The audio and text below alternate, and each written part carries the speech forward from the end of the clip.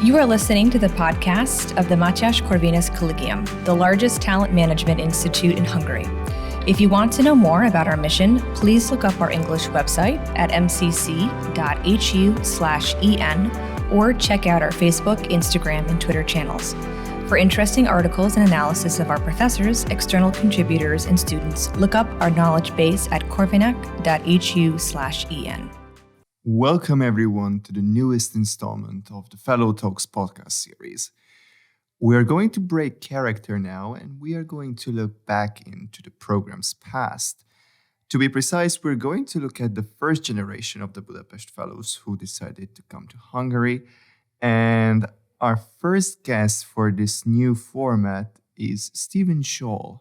Stephen has been part of the Budapest Fellowship Program in 2020, and he has stayed with us here, not just in Hungary, but also at MCC ever since. Currently, he's a scholar and researcher of the Workshop for Architecture and Remembrance. And with this discussion, we truly try to reflect on his journey with regards to the program, but also the life that comes afterwards. So, Stephen, thank you very much for coming here with us. Thank you for having me, Bensei. And as you were part of the first generation of the Budapest Fellowship Program in 2020 to discover Hungary, if you look back at your former self, what is one conception of Hungary that changed significantly within you? You know, that's such an interesting question. You know, for me, it's hard to believe that this September will be my third year in Hungary. So it's difficult for me to think back to a time where I really didn't know all that much about Hungary. I lived in Europe before I came here, once for around a year in Brussels, and then for a couple months in Athens. But I never really had an experience in Central Europe, specifically behind the Iron Curtain, so to speak. So I don't know if I had any big, conception that changed, but it was rather that I didn't know all that much about Hungary. I knew the politics of Hungary. I could tell you who the prime minister was, who the president was, the broad historical background of Hungary, but I really couldn't tell you about the people. I couldn't tell you what life was like. I had never been to Hungary before I came. And so that was kind of the biggest conception change, was just getting to know not, the big historical details of a country, but knowing the actual people of a country, their daily lives, what to experience, not just in Budapest, but also in the countryside. If you look at your former self when you came to Budapest, to Hungary, what was one cultural shock that you had to face when you arrived, if you can recall any specific moment? Oh, that's a great question. Well, I said, I had lived in Europe before, so I think a lot of the European culture shocks I had already experienced, the whole, not having great service in restaurants or, stores. I got used to that, the whole eccentricities, being able to walk places instead of having to take a car. So I was able to, get through most of that. But one of the funny things I always joked about, all the first fellows came, was the beds. Because in Hungary, the beds, you guys have really, really hard beds here, and I'm a pampered American. So when I first came here, that was one of the biggest shocks. And actually, a lot of the fellows had similar issues where we just were all used to, 2 or 3 mattresses. And of course, in Hungary, you generally just have one mattress. And I've been at places where it's a pretty hard mattress.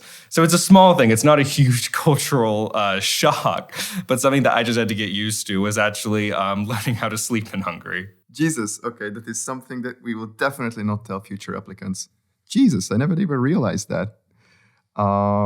With the conclusion of the program, you stayed here for some magical reason. What was your motivation to extend your stay here in Hungary? And did the Budapest Fellowship Program help you in any way after the conclusion of the program to help you find your new workplace? Well, ironically, a big part of the reason why I want to stay is because I actually felt like I didn't really get to experience Hungary in its fullest during my first year here. Not because of the Budapest Fellowship Program, but if you guys remember, back in September 2020, we're in the midst of the COVID. And so, around 2 months after I arrived, Hungary shut down for a period of around 6 months. And so, it was one of those, it was amazing how much the Budapest Fellowship Program was still able to do, even within that. I mean, it was truly remarkable how much, you guys, both at the Hungary Foundation and Mathias Corvinus Collegium, still ensured that the majority of our programs continued despite this unprecedented circumstances. But, it was still one of those that I felt like I still had to stay on and experience more, try and experience kind of normal Hungary rather than lockdown Hungary. So that was a big reason why I decided to stay. And also just in that first year I was here, because of the immersion programs of Hungary Foundation, it left me wanting to learn even more about Hungary. It was something, I met so many wonderful people.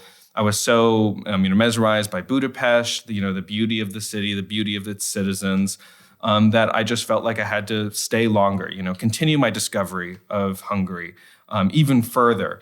It was absolutely because of the connections and network that the Budapest Fellowship Program gave me that I was able to continue further. So I was only able to do that because of the Budapest Fellowship Program. And currently at the Workshop for Architecture and Remembrance, what does your work entail? What is it you're dealing with currently? Yes, well, so that's actually another thing I can completely thank to my experience at the Budapest Fellowship Program, because, if you told me I'd be working on architecture 3 years ago, I would have thought you were insane. I'm a political scientist, I'm not an architect. But during my time at the Budapest Fellowship Program, I was partnered with the Nemzeti Emlékezet Bizottsága, the Committee for National Remembrance, which specializes in researching communism in Hungary. And as part of that, I did a lot of research into the effect of architecture under communism. I think one of the biggest stereotypes of Eastern Europe comes from the communist architecture, these big, monotonous block houses that seem to dominate every landscape. And so I ended up doing some writing on that, some writing about how essentially this remains a big scar from communism. And as part of that, I kind of just started approaching architecture in the framework of political science, in the framework of what are the political and cultural effects of architecture. And I quickly fell down that rabbit hole of realizing, that architecture has a huge effect on how we live, where we live, how our everyday lives feel. And it was something that's a major issue we have to deal with, not just with communist architecture, but with modern architecture as well. I mean, we always like to make fun of how ugly the Soviet buildings were, but the West built just as ugly and depressing buildings as the Soviets did. So this kind of got me down this rabbit hole of discussing architecture and its effect specifically on a political community, on a nation, on a town, on a region. And MCC really liked the work I was doing there. And so they invited me to stay on with this new workshop they're starting with a really great architect, Gabor Erhardt. So I kind of work with him as he's kind of the practical guy. He knows how to build a building. And I'm a bit more of kind of the philosophy behind good architecture. No, it's really great. And when you talk to Gabor, do you occasionally talk to him in Hungarian or you mostly use English? I definitely try to talk to him in Hungarian whenever I can. But unfortunately, he's trying to practice his English.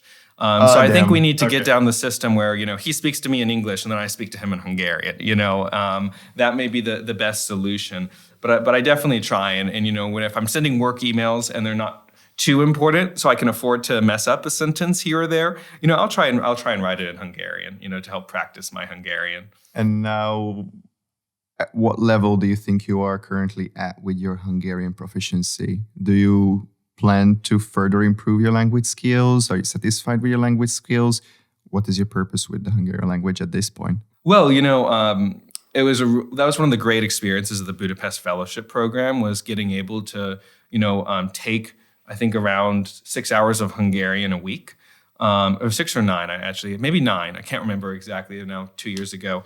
But either 6 or 9 hours of Hungarian really helped me kind of wet my feet in the Hungarian language.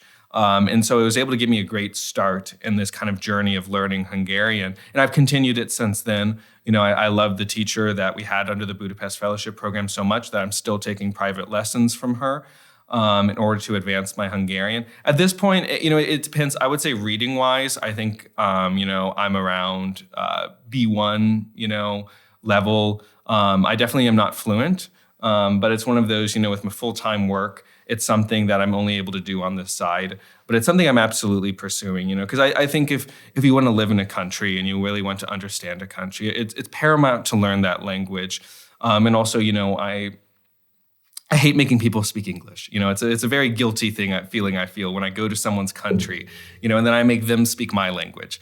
So whenever possible, to avoid that, I always try and use my Hungarian in order to get around. But it's something that's advancing and progressing. But as you know, it's a very difficult language. No, same for me. I still struggle with it every day. And now as we turn to the future, how do you see yourself here in Hungary in short and long term? But my additional question is, of course, your future plans are still in question here, but how do you keep in touch with your home beyond the Atlantic? I mean, of course, you jump back and forth to the US, but now how do you see yourself commuting between the Atlantic? Yeah, those are some great questions.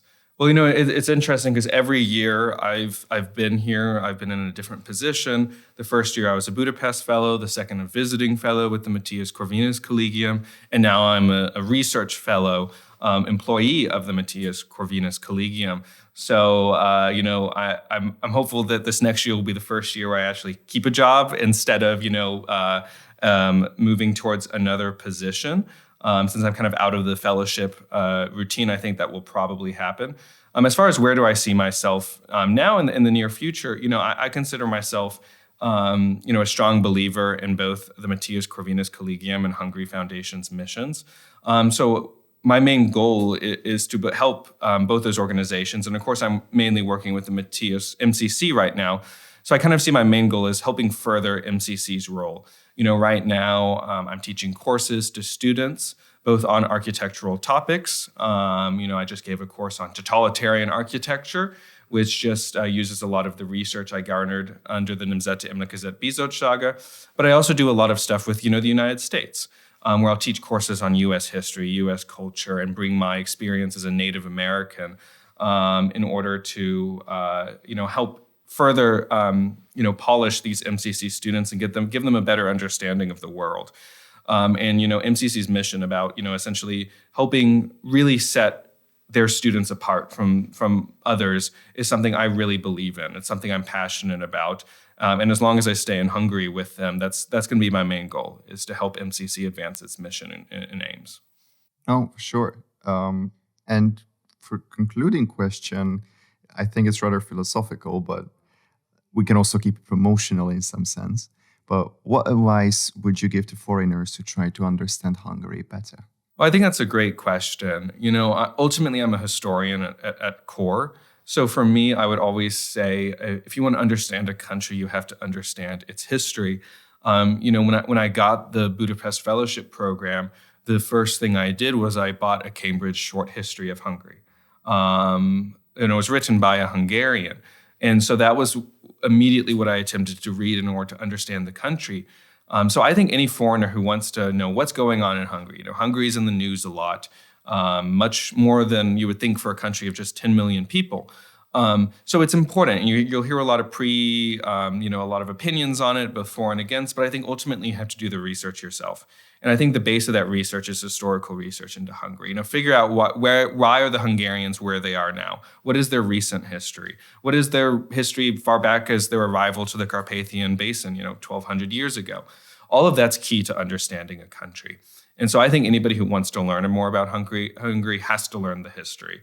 Because history is, it's the story of Hungarians. It's and that's the key to understanding a people. You have to understand where they've been to understand where they are now and where they're going. Oh, thank you very much, Stephen, for this discussion. And I truly encourage everyone listening to this podcast that you reach out to us, follow us on all our platforms, and that you learn more and more about US-Hungarian relations, because in some shape or form, that's what this program is about. Stephen, thank you very much for being here with us today. Thank you for having me.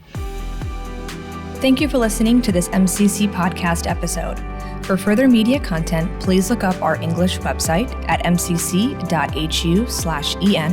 or look for us on Facebook, Instagram, and Twitter. If you want to read more by our professors, external contributors, and students, check out our knowledge base at corvinec.hu/en.